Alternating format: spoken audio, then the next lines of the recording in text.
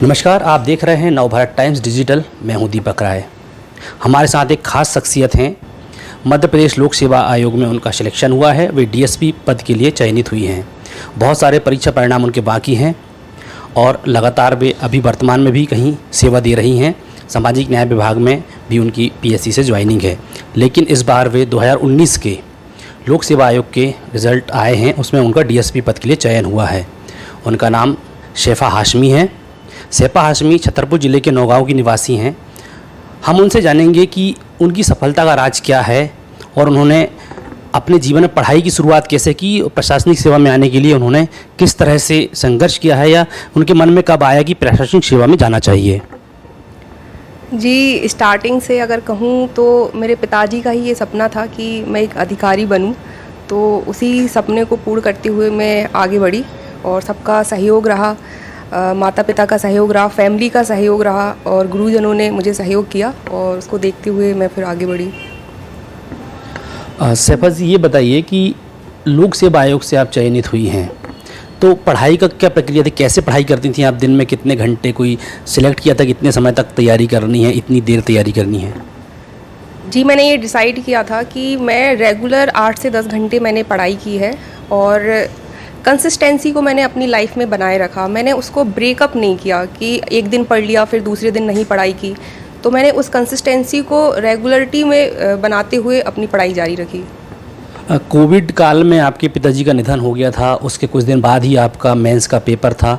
बहुत कठिनाई जीवन में आई। कैसे मैनेज किया अपने आप को, कैसे जीवन प्रबंधन किया? जी, मुझे याद है 16 अगस्त 2020 को मेरे पिताजी का कोविड के दौरान देहांत हुआ और ये बहुत ही मेरे लिए एक हृदय विदारक घटना थी और मैं बहुत ज़्यादा टूट गई थी इस दौरान। लेकिन वही था कि एक जो पिताजी का सपना था कि मुझे अधिकारी बनना है, तो उसको पूर्ण करने के लिए मैं आगे बढ़ती रही। आप ग्रामीण क्षेत्र से आती हैं, नौगांव से। आपकी माताजी साथ में हैं, मुस्लिम समुदाय से आप हैं। बहुत सारी भ्रांतियां हैं, बहुत सारी समस्याएं होती हैं आगे बढ़ने के लिए। क्या आपके जीवन में चुनौतियां आईं?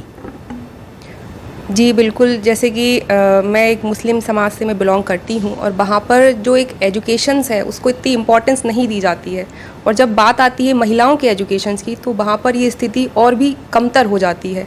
तो मेरी लाइफ में भी ऐसी बहुत सारे चुनौतियाँ थीं, लेकिन वही सभी का सहयोग रहा। मेरी फैमिली ने मुझे सपोर्ट किया और हमेशा मुझे आगे बढ़ने के लिए मोटिवेट किया। तो यही मेरा जो लक्ष्य था, मैं उसको पाने के लिए लगातार मैं डेडिकेट रही। इंटरव्यू में आपसे सवाल किया गया था कि मुस्लिम समुदाय में कई बार महिलाओं की स्थिति को लेकर आपसे बात पूछी गई थी। क्या जवाब था आपका? जी, मेरा कृष्णकांत शर्मा सर के बोर्ड में मेरा इंटरव्यू था और उन्होंने मुझसे ये पूछा था कि आप एक मुस्लिम समाज से आई हैं, तो आप मुस्लिम समाज की महिलाओं के लिए आप क्या करना चाहेंगी उनके लिए, और उनका जो एजुकेशन स्तर है वो इतना कम होता है और आप यहाँ तक पहुँची हैं, तो आप क्या करेंगी उनके लिए? तो उसके रिलेटेड उन्होंने मुझसे क्वेश्चन किया। जवाब क्या था आपका? किस तरह का विज़न है आपका? सिर्फ मुस्लिम महिलाएं नहीं, अन्य महिलाओं के लिए भी, लेकिन खासकर अगर आपसे सवाल उस तरह पूछा गया था तो क्या जवाब था आपका? जी, मेरा आंसर यही था कि सरकार के द्वारा तो सारी योजनाएं चलाई जा रही हैं महिलाओं को आगे बढ़ाने के लिए, लेकिन बस ज़रूरत है हमें उनको जागरूक करने की, क्योंकि सही रूप में उन तक उनकी पहुंच स्थापित नहीं हो पाती है। तो यदि उनको जागरूक किया जाए, अवेयर किया जाए, उनसे उनके रिगार्डिंग की जो भी योजनाएं चल रही हैं उन तक उनकी पहुंच हो जाए, तो डेफिनेटली वो उसका लाभ लेके बहुत आगे बढ़ सकती हैं महिलाएं। बहुत सारे युवा तैयारी कर रहे हैं। बीच में पीएससी कुछ दिन डिले चली, 3-4 साल के एग्ज़ाम अभी पेंडिंग है, कहीं किसी के रिज़ल्ट बाकी हैं। उस दौरान तनाव भी महसूस हुआ होगा आपको, नहीं और भी युवाओं को हुआ है, तो कैसे अपने आप को संयमित किया? जी, ये बहुत ही पैनिक टाइम था ये, क्योंकि ये 2019 की पीएससी थी और इसका रिज़ल्ट अभी 2023 में आया है। तो ये जो 4 साल का जो पीरियड रहा है वो बहुत ही पैनिक टाइम कहूँगी मैं, और इस दौरान लाइफ में बहुत ही अप एंड डाउन आए। मैंने अपने पिताजी को भी इस दौरान खो दिया। तो लाइफ को ऐसे अनुशासित रखते हुए और जो एक हमारा लक्ष्य है, मैंने अपने लक्ष्य को हमेशा अपने सामने रखा और उस लक्ष्य को देखते हुए मैं निरंतर आगे बढ़ती गई। अभी जैसे आपका पद डीएसपी के लिए सिलेक्शन हुआ है, इच्छा होगी कि डिप्टी कलेक्टर बने, सबसे बड़ा पद होता है एमपीपीएससी में, आपके बहुत सारे जो रिजल्ट हैं वो बाकी हैं आना, क्या उम्मीद लगती है? और भी आप मेंस, अभी और एग्ज़ाम आपके मेंस भी सामने हैं। जी, अभी 2021 का भी मेरा मेंस क्वालिफाई हुआ है, उसका इंटरव्यू है, और 2020 वाला पीएससी भी मैं लिख रही हूँ, उसका भी मेंस अभी है। तो आगे मेरी चाह है कि मैं एज अ डिप्टी कलेक्टर में सिलेक्ट हूँ। अभी आपका चयन डीएसपी के लिए हुआ है, वर्दी पहनकर आप तैनात होंगी, वर्दी वाली नौकरी होती है। पुलिसिंग की नौकरी वैसे ही अपने आप में चैलेंज है, चैलेंजिंग जॉब है। उसके अलावा महिलाओं के लिए भी परिवार से समन्वय बैठाना, बाहर काम करना, तनाव, आप वर्दी पहनकर आएंगी, कैसा महसूस कर रही हैं आप उसको सोच के? जी, मेरे लिए ये बहुत ही प्राउड की बात है कि मैं अपने देश को मैं सर्व करूँगी, और ये एक ड्रीम जॉब की तरह ही है। तो जैसे जैसे चैलेंजेस आते जाएंगे और मुझे जो भी रिस्पॉन्सिबिलिटी मिलती जाएंगी, मैं उनका निर्वहन करूँगी। एक बार आपने अपने परिवार को जानकारी नहीं दी थी और सरकारी नौकरी के लिए भर्ती के लिए फॉर्म भर दिया था, वो पद सब इंस्पेक्टर का था।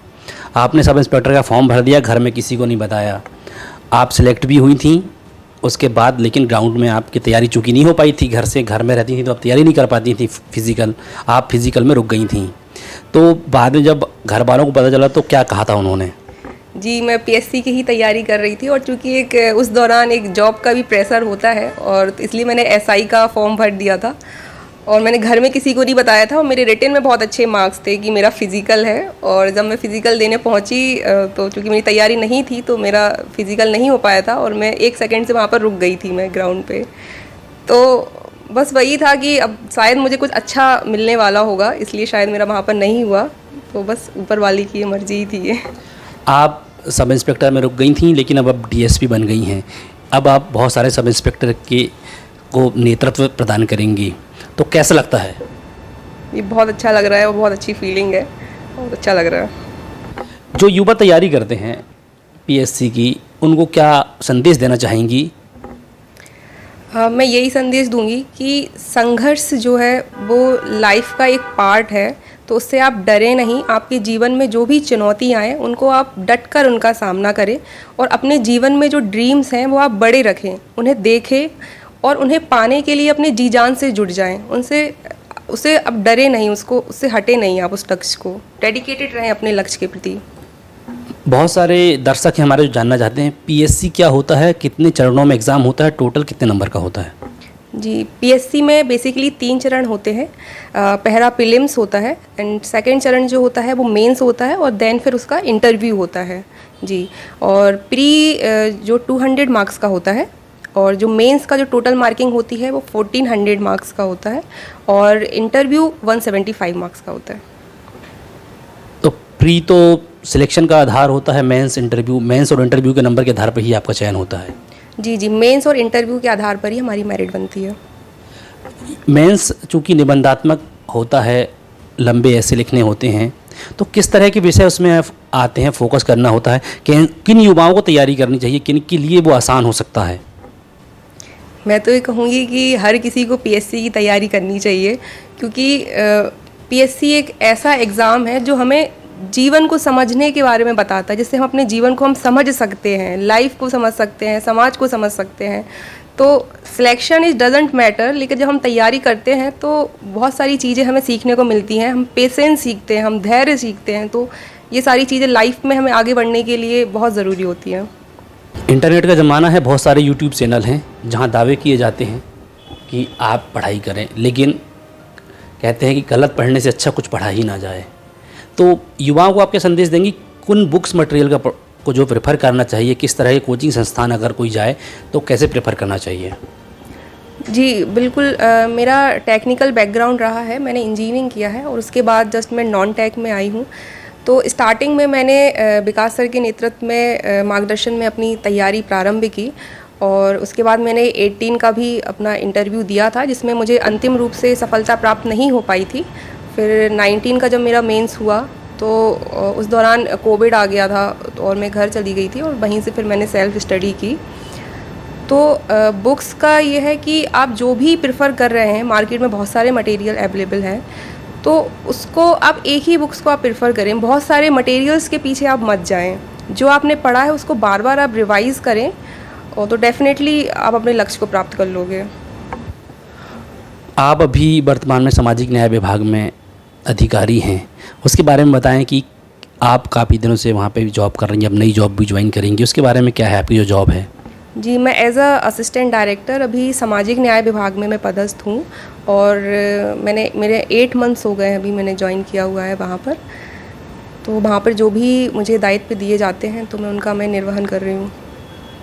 आप देख रहे हैं कि शेफा हाशमी ने MPPSC में DSP पद पाया है। अभी वे सामाजिक न्याय विभाग में असिस्टेंट डायरेक्टर भी हैं और बहुत सारे रिजल्ट उनके आने बाकी हैं, कुछ एग्ज़ाम और आगे हैं। शेफा हाशमी के गुरु उनके साथ हैं, उनके मार्गदर्शन में उन्होंने तैयारी की है। हम उनसे जानेंगे कि सर किस तरह से आपने शेफा को मार्गदर्शन दिया था और आप बाकी युवाओं को आप क्या मार्गदर्शन देना चाहेंगे? सर, हमारे द्वारा मार्गदर्शन सभी बच्चों को समान रूप में प्रदान किया जाता है। ये बच्चों की प्रतिभा है कि उसे परीक्षा अनुरूप बना करके अपनी सफलता अर्जित करते हैं और ये बच्ची उनमें से एक है जिसने अपनी परिस्थितियों से लड़ते हुए आज तक का सफ़र तय करके समाज में प्रतिमान स्थापित की है और बहुत बड़े युवा वर्ग के लिए प्रेरणा बनी है। बुक को लेकर सर बहुत सारी जो आजकल मार्केट में बहुत सारी बुक आ गई हैं, क्या युवाओं को मार्गदर्शन देंगे? किस तरह का बुक मटेरियल जो है उन्हें पढ़ाई के लिए सिलेक्ट करना चाहिए? सर, तैयारी करने वाले बच्चों को मुझे लगता है जो प्रिस्क्राइब ऑथेंटिक बुक हैं उनको अपना मार्गदर्शक बना लेना चाहिए, मित्र बना लेना चाहिए। आज की डेट में बच्चे को ये ज़रूर पता होना चाहिए क्या पढ़ना है और क्या नहीं पढ़ना है, तो उसके लिए हैंडबुक की बजाय टेक्स्ट बुक पर ज़्यादा फोकस करना चाहिए। ये मेरा एक बच्चों से एक निवेदन है कि वो टेक्स्ट बुक की तरफ ज़्यादा से ज़्यादा अपना रुझान बनाए रखें। PSC की तैयारी कर रहे युवाओं के लिए आप क्या मैसेज देना चाहेंगे? सर, ये एक मात्र ऐसी परीक्षा है जिससे व्यक्ति अपने योग्यता से समाज में अपना स्थान सुनिश्चित कर सकता है, अपनी परिस्थितियों को बदल सकता है और देश और समाज को अपना सक्रिय योगदान दे सकता है। और इस परीक्षा के लिए अगर कोई समर्पित बच्चा है तो सैफा की तरह जो है बहुत सारी बच्चियां शायद अपना स्थान सुरक्षित करके समाज में प्रतिमान बना सकती हैं। आप देख रहे थे नवभारत टाइम्स डिजिटल के लिए दीपक राय की लाइव रिपोर्ट।